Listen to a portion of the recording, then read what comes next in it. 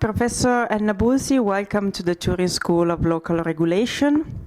Actually, a stream of research at the Turin School refers to the link between information issues and local regulation, and in particular on the local dimension in affecting, let's say, the information flows and information extraction for regulatory purposes. Indeed, this was the topic of the meeting of this year of our scientific committee. And during the meeting, mechanism design was, of course, proposed as one instrument that could facilitate information extraction. And nevertheless, during the meeting, you pointed out that sometimes mechanism design risks to be rather an academic than a practical and useful instrument. Could you explain why? Could you suggest maybe any alternative instrument to facilitate information extraction? Yes. Well, actually, as I said yesterday, the idea of mechanism design in regulating local public services is a neat and elegant one. Unfortunately, this idea of mechanism design is not a very practical one.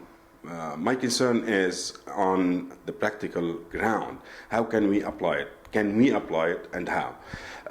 Till now, to my knowledge, the mechanism design is not easy to implement, especially in regulating local public services.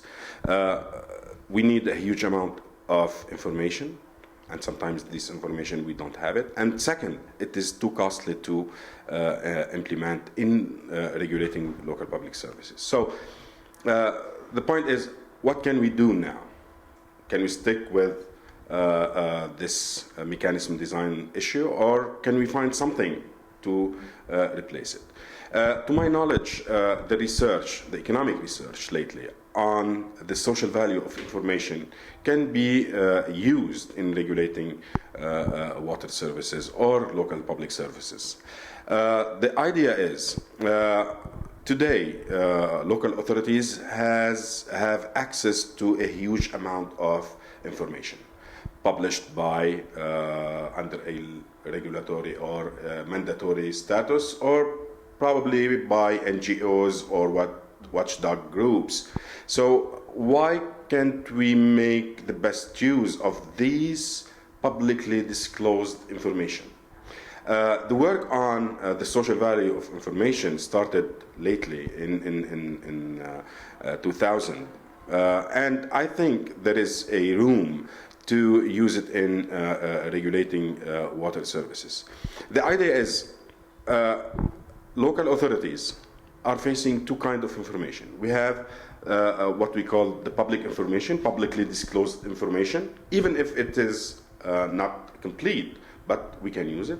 And on the other hand, we have what we call the private information. So there is a link between these two information, and we need to rethink and our concept, our thinking about regulating water services. So these are some hints for future research in regulating water services, and I think we can do some experiment too in order to improve the regulatory process. Thank you. Thank you so much.